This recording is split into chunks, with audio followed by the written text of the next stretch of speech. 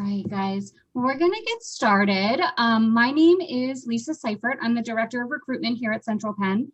And I also recruit for the Occupational Therapy Assistant Program. So most of you guys have probably talked to me, emailed with me, texted with me. And I am joined today with some of my friends here. I have Dr. Kimberly Tanish, who is our program director for the OTA program. So she's going to talk to you a little bit about what to expect in the once you're taking classes, and also all your field work and what to expect there. And then I'm also joined today with Kelly Fox, who is our financial planning coordinator. So she handles all your financial aid, money, how you're going to pay to go to school. So she's going to talk to you guys about that and scholarships here in a little bit.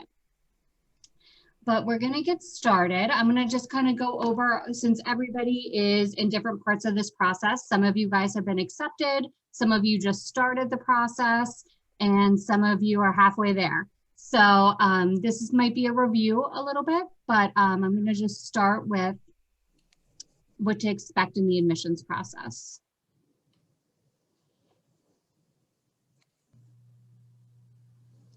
So this is the mission statement for Central Penn College. So the School of Health Sciences dedicates itself to prepare future professional practitioners in fields of human services through innovative application of knowledge, scholarship, and hands-on education.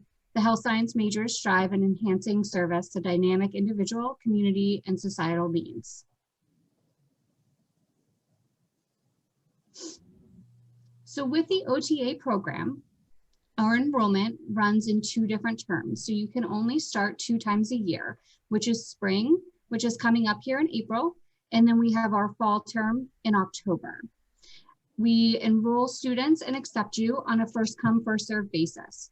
So as we go through this, you're going to learn all of the different admissions requirements that we require. And once you get all of those things to me, what I do is I put them all together, review them with the team, and then we make our acceptance decision and let you know. There is a cap on the program. So we have a total of 36 students that are accepted into the program each year. So each cohort, which is I accept 18 in the spring and 18 in the fall. If you are not one of those first 18 to get all of your stuff in and be accepted, don't worry, there is a wait list. And as we move through this process, if sometimes people just change their mind or financially it doesn't work out for them, so there are chances to still get into the program. So it's important to just get all of your documents in, get either one of those 18 seats or be on the wait list, and then we'll work with you from there. Our accreditations and approvals. So Central Penn College is accredited by the Middle States Commission on Higher Education, so the college as a whole. And then our Occupational Therapy Assistant Program is also accredited by what we call COTE, Accreditation Council for Occupational Therapy Education of the American Occupational Therapy Association. So you can see that's a mouthful. So that's why we shorten it. But we are fully accredited across the board through as a college and as an OTA program. So that's important as you're finding a job out there. So this is 8 reasons why people love to come to Central Penn. So 1, we earn degrees faster. We have 4 11-week terms and then 2-week breaks in between each term. So if you started in April, you would go 11 weeks, which would take you to the end of June, and you would have 2 full weeks off, and then you come back in July, and you would just keep doing that 11 weeks on, 2 weeks off until you completed the program. This program is an associate's degree program, so it is 15 to 18 months plus your internship. So with that being said, if you do have transfer credits, that could lessen the time that either you're in your program. It can shave off 1 term of classes if you transfer in 9 or more credits. If you transfer in more than 9 credits, that's awesome. And like your course load will be different for each term then, but we can't shorten the length of the program any more than that. The student to faculty ratio is 15 to 1. Now in your OTA classes, it will be 18 to 1 because you will move with those same group of people that you start with throughout your own or your entire program. Faculty who are going to be working with you have all taught and worked in this field. So Dr. Tanish is actually an OT and an OTA. And same with the other instructors, and she'll get into that with you in her part of the presentation. Online and in-person classes. So you take your classes in Summerdale. Now this program is on ground, so you do have to come to Summerdale. However, due to COVID, which Dr. Tanish will talk about too in her program, there are some times that you may be taking an online portion of a class, but you are still required to come because it is a very hands-on program. So that was number 4, hands-on learning. So you're going to definitely get hands-on. You'll be doing some role playing and things like that in class to learn how to be an OTA. We do offer free housing. So for any of you that are thinking maybe you don't want to commute and you want to live on campus, Kelly will actually go over that in her presentation, but full-time students can live on campus for free for up to a year. Transfer credits and stackable degrees. So we do offer transfer credits. So what you would have to do is just get me a copy of all of your college transcripts. So if you've gone to 6 different places or you've gone to 1 place, you would send me those transcripts. And then what I will do is I will get with our transfer coordinators, and they will do a transfer evaluation, and we will let you know what classes will transfer into this degree. And then Kelly will do a course mapping for you, and then let you know how you're going to pay for this degree and how many credits you're taking every term. So we'll map out the entire program for you. We do offer lots of sports and activities on campus. So if you're interested in that, we'll be happy to share that information with you. But we always have activities going on. You get an activities calendar at the beginning of every week, and there's always fun things to do. So right now they're doing some intramural sports. So I think they were playing cam jam, ping pong, cornhole, and then they're also playing like activities such as like bingo, stuff in the theater, that you can always win prizes and stuff too. So you can be as involved in campus as you want to be. There are over 25 different clubs, and actually OTA has their own specific club as well on giving back. So that's also part of Dr. Tanish's presentation. And the last thing is all the academic support. So this is probably the most important one, is we're here to help you. We want to see you graduate. We want to see you get through this program. And it's going to take commitment, and it's going to take time and patience to get through because you have a lot to learn. We have the Learning Center who offers your tutoring. So we can do either online, we can do on ground, whatever works best for your schedule. But don't be afraid to ask. Don't wait to the last minute and say, oh, I have 1 week left and I don't know if I'm going to pass the class. Reach out. You will have Dr. Tanish and her team as advisors. So they're here to help. So reach out to any of them. Reach out to me, reach out to Kelly. We'll put you in touch with the right person to get you the assistance that you need to get through the classes. We also have licensed professionals on staff. So we have counselors that'll help you. So if you decide to take advantage of the free housing and you want to live on campus and it's your first time being away from home, we're here to help that. If you have stuff going on in your personal life, if there's stuff going on here you just want somebody to talk to, they're here to help you through that as well. And it is free to all of our students. We have success coaches. So along with your faculty advisors, we also have success coaches in the Learning Center who will be here to help as well as you're trying to choose classes, your next steps, if you need any help. So right now, Dr. Tanish was just telling us before we got on, our students are on midterms right now. So they're busy getting all that done. So we have a lot of help and support. So all you have to do is ask, and we're here to get you through it. As we discussed, it can be done in 15 to 18 months, depending on transfer credits plus your internship.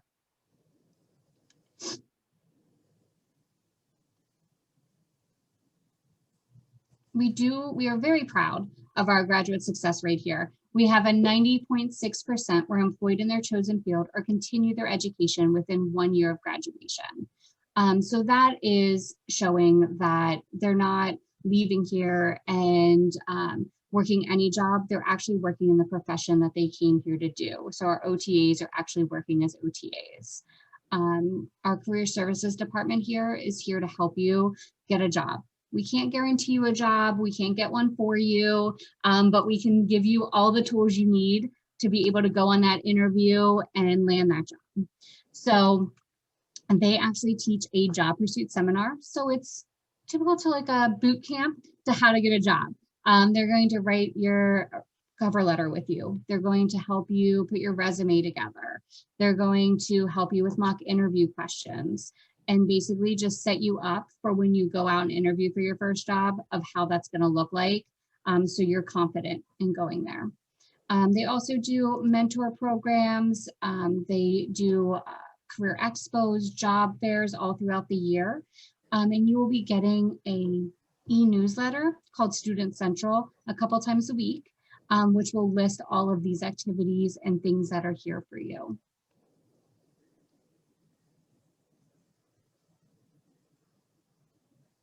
All right, so the admissions process, like I said, some of you guys have gone through this process. If you have not, or you just started, the first thing to do after this presentation, if you have not already, is fill out the free application if you want to get started. And then what I'll do is I'll reach out and go over all of these things individually with you, but you will have a campus interview and an essay that you would have to write. So today you can actually check one thing off your list is if you filled out those interview questions I sent you yesterday, you already did one part of it.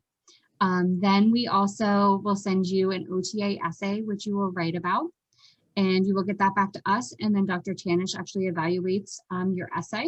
So definitely take a time, write more than 2 sentences. It's important. And then you will also submit all of your college transcripts, high school transcripts. And if you took SATs or ACTs, you definitely want to put those along too.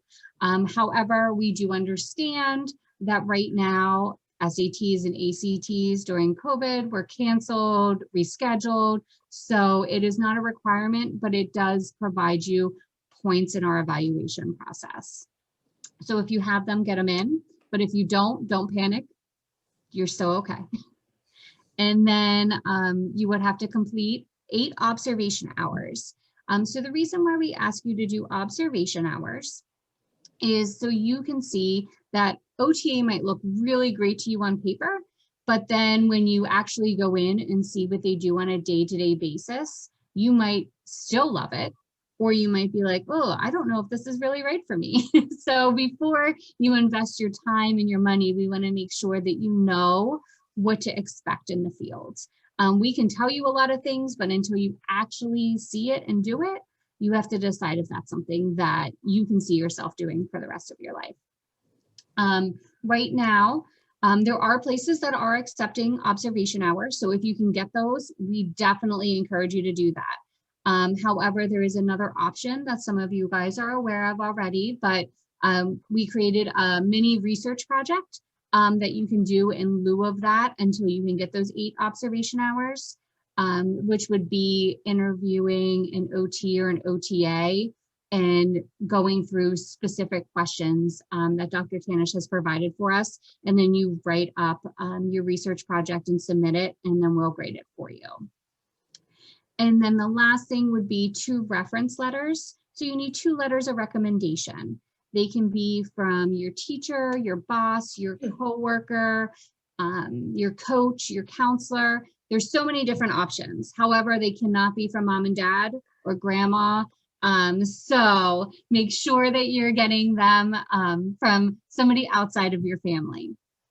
And then the last thing would be your admissions decision. So after you would get me all of those documents, like we said, we would review your file and then let you know if you were accepted, and then go to the next steps with you with financial aid, scholarships, and how to reserve your seat in that class. If you do get accepted, one thing I want to let you know ahead of time is there is a $100 deposit. So basically what that does is it goes towards your tuition. So it's not, we're taking $100 beforehand, but it does go towards your tuition, but it also lets us know that you want one of those 18 seats. So that seat is yours until you tell us that you don't want it. So most people that take it do want that seat. So that would be the next steps for that.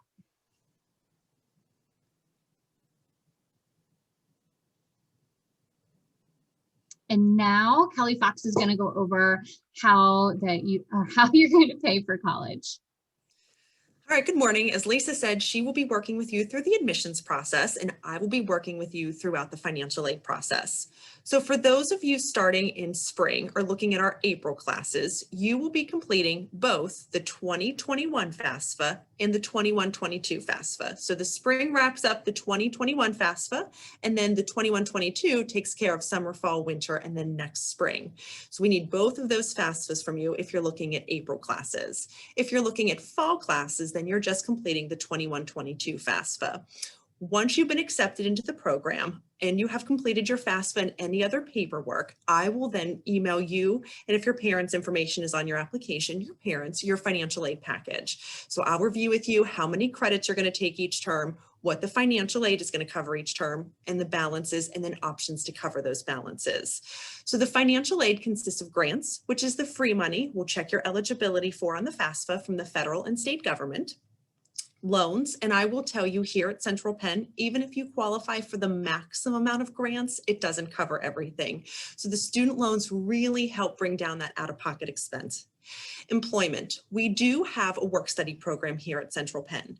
You do have to have a Central Penn GPA, so you wouldn't qualify for it your first term, but after your first term, if you wanted to check out any work study jobs, the financial aid office in Milano Hall has a list of them on their board. So you could go check out what jobs are offered, go interview for the position, see if the hours would work with your class schedule, and then we actually pay students. So you would not see any work study coming off of your actual tuition bill. You would get paychecks bi-weekly, just as if you were working at any other job. And then scholarships. Scholarships are a very important part of a financial aid package. I see a few of you on here who I've been emailing reminders to complete the scholarship applications. Once you do a scholarship application, it's just an essay. It's reviewed by a couple different people. If you win a scholarship, I would then notify you, and then I would rework your course mapping. And scholarships can really help bring down your out-of-pocket expense each term. Here are the list of scholarships. They're all GPA based. So if you meet the GPA requirement, you simply have to submit the essay. The essay is reviewed by the advising center, the records office, and somebody in our marketing department. If you get a high enough score, then the scholarship then is awarded to you. They'll let me know. I will then add the scholarship and again, update your course mapping. And like I said, scholarships can make a big difference in how much you're paying out of pocket for school. So, apply for the scholarships, complete the FAFSA form. If you've already completed the FAFSA form, but you haven't been accepted yet, you won't hear from the financial aid office until you've been accepted. That's when we will piece together your financial aid package. If I've emailed you for some additional forms, work on getting those forms completed so that when you are accepted, I can piece together that course mapping for you pretty quickly. And then once we've got all of that taken care of, I will work with you and your families on options to cover whatever isn't covered by financial aid. Payment plans, plus loans parents can borrow, and private loans that you can borrow with any creditworthy cosigner. Okay, I'm going to turn it now over to Dr. Tanish. All right, thank you. Good morning, everybody. I am Dr. Kimberly Tanish. As Lisa said, I am the program director of the OTA program. So after you deal with those two lovely ladies, you get to deal with me the rest of your time here. So let's talk about kind of the ins and outs of what the program looks like. So what is an OTA? So an occupational therapist and an occupational therapy assistant help people across the lifespan participate in things that they want and need to do through the therapeutic use of everyday activities, or what we call our occupations. So occupational therapy has nothing to do with you getting a job or finding somebody a job. It's about getting people to go and do what they want to do and need to do to give them that overall quality of life. So I get asked this question a lot. What is the job outlook for OTAs? It's pretty good at this point. So it is projected to grow 31% until 2028, which is much faster than the average occupation that's out there. And that is coming from the U.S. Department of Labor and Statistics. And the annual salary for an occupational therapy assistant is about $61,510. There's usually a range of salary components depending on where you work, but that is an average number. So the great thing about OT is, and kind of what drew me to the field, is the variety of places that we can work. So depending on what your interests are and who you want to work with, you have a lot of different options.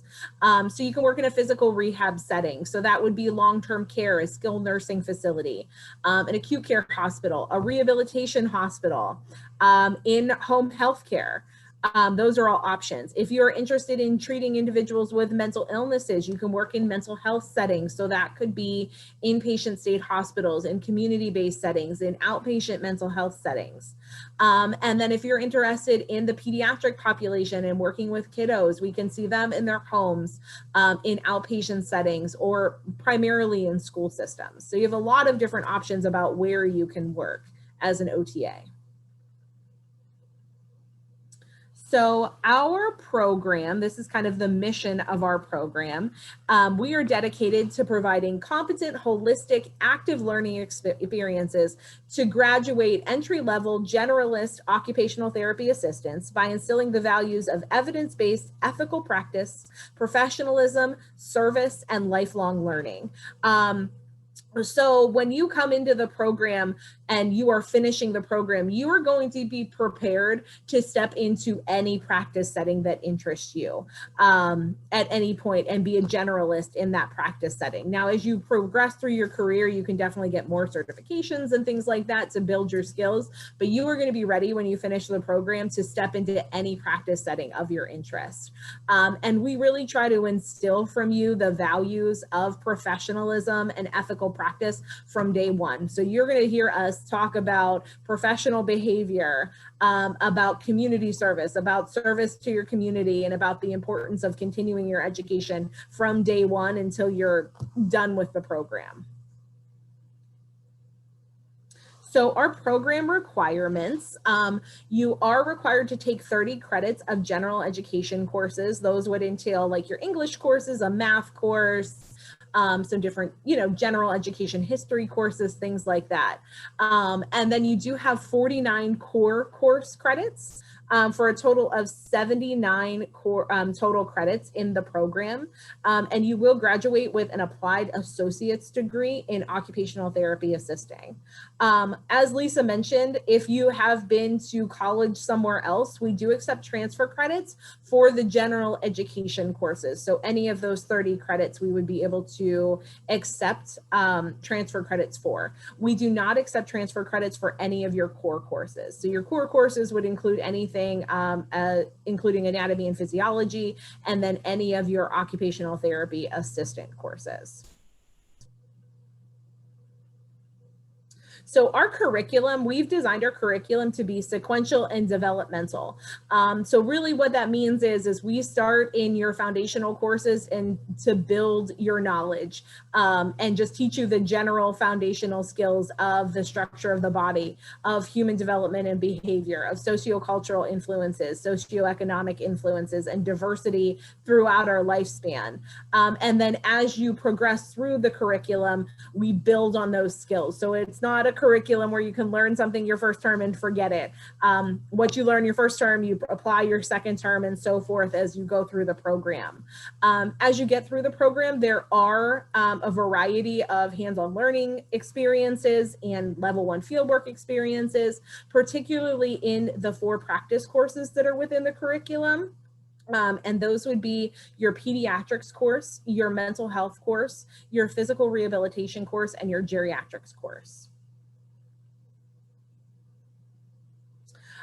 So speaking of some of those hands-on experiences, so as part of the program, you will complete level 1 and level 2 fieldwork. Our academic fieldwork coordinator sets up the sites for your level 1 and level 2 fieldwork. Both are required to be completed as part of the program for you to graduate for the program and to be able to sit for your state licensure exam or your national licensure exam. So just to be aware, there are with some of the sites that we send you out with several background checks, medical clearances, and requirements for you all to complete as students. We do set up and have integrated into some of our earlier core classes processes for you to have those clearances in place. So we give you the resources to go and get your FBI background check and your fingerprints and things like that, so that you're ready to go out on field work. So you're not scrambling when that time comes to be able to get those clearances in place. So level 1 field work, it consists of 20 hours for each placement. And during the program, you are going to do 3 level 1 field work placements. And they correlate with those practice courses we talked about. So in the level 1 field work placements, you are going to do a level 1 field work placement in a physical rehab setting. So that could be a skilled nursing facility, a hospital, home health, something like that. In a psychosocial or mental health setting, a lot of those placements that we have are community-based settings. We're able to see what kind of mental health treatment looks like in the field of OT. And then finally in a pediatric or a developmental setting. So sometimes those are in schools, sometimes those are in home health, sometimes those are in community-based settings. With level 1 fieldwork, again, that is integrated into each of those practice courses. So you need to complete those during the course time to be able to pass that course. And that's something that you do outside of your normal classroom time. Those 20 hours or something we spread out through our 11 weeks within those practice courses. So the point of level 1 fieldwork, again, it's integral into our program curriculum design so that we're able to, and you are able to be able to take the didactic coursework that we're teaching you and showing you in class and be able to participate with that and actually look at it in a real world setting and how that's applied in the real world of occupational therapy. So your level 2 field work is a little bit longer, a little bit more intense. You are basically working as a full-time OTA when you're on level 2 field work. With level 2 field work, it's 2 8-week placements. With that being said, there's usually some flexibility with level 2 field work with where your placements are. We try to really focus your level 2 field work on your particular areas of interest that you have developed throughout the program. So if that's pediatrics, we will try to get you in a pediatric setting if that's something you're really interested in. If it's mental health, we will try to get you there. Whatever your interest is. Per our accreditation standards, one of your level 2 fieldwork placements does have to be in a physical rehabilitation setting. So just being mindful of that, that will be something that you're going to have to be prepared for. So that could be a skilled nursing facility, a hospital, and things like that. We do reserve the rights for your level 2 fieldwork to have a 90-minute or 90-mile radius from your home address of where you're going to be staying during your level 2 field work. Reason being for that is depending on where you want to go or where we are, we need that kind of 90-mile buffer to be able to find enough placements for our students and to find appropriate placements for you. Also, with that being said, though, with level 2 fieldwork, there's more flexibility in what you want to do. Again, you are not on campus when you are in level 2 fieldwork. You're still a student, but you're not coming to campus every day or at all. So you're kind of out on your own. So if you would choose to do level 2 fieldwork and you have an aunt in Texas that you want to go stay with during your level 2 fieldwork and you want to do your fieldwork in Texas, we can set that up. I have a student that's going out in April and she's doing her field work in Montana. So we have a lot of different options if that's what you choose and that's where you kind of want to explore those things for your level 2 field work. The goal of level 2 fieldwork is to develop a competent entry-level generalist occupational therapy assistant. During your level 2 fieldwork, again, you're going to take everything you've learned in your 15 to 18 months while you're here on campus, and you're going to be applying all of those things to a day-to-day job. Like I said, you are going to be working essentially full-time as an OTA and managing a full caseload during your 8-week rotations. So just a quick kind of what our dress code policy is, our student appearance policy. We do not have a dress code for day-to-day classes and things like that. It is appropriate to wear dress clothes or street clothes or whatever you feel you're comfortable in to be in class. Actually, there are usually times if we're doing a lot of hands-on stuff, we will tell you to wear, you know, sweatshirts or leggings or things like that, things where you can move, so that because we're going to be doing a lot of hands-on stuff. If you do have, or when we get to the point in the program where we have competency exams and hands-on exams, the dress code requirement for that is either burgundy or wine solid colored scrubs, tops and bottoms. That's just kind of what we've agreed upon. So if you want to go out and get yourself a pair of scrubs, if you're going to be in the program, it's probably a good idea to pick that wine or burgundy color. You probably only need one. You don't wear them every day, so it's okay at this point.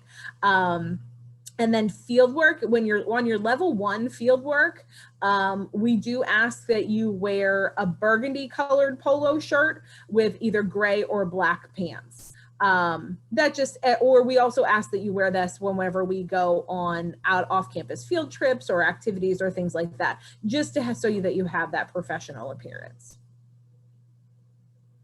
So academic requirements of the program. So all of our core classes in the OTA program require a C+ to progress, or a 2.5 GPA. So that equals a 77% in your classes.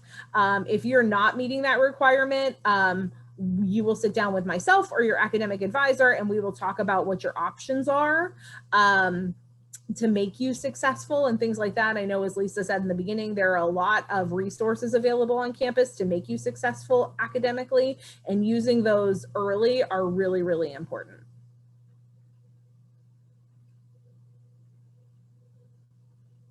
So again, our admissions process, we admit on a first come, first serve basis for our applicants. And we start our students in the spring and the fall term, so in April and in October. So this is my contact information. If you have any further questions that come up, you know, when you jump off the Zoom today, I know as soon as you jump off something, you're like, oh wait, I forgot to ask this. My contact information is there. You're welcome to reach out and shoot me an email or give me a call. And also Lisa's contact information as well. She's very knowledgeable about the program.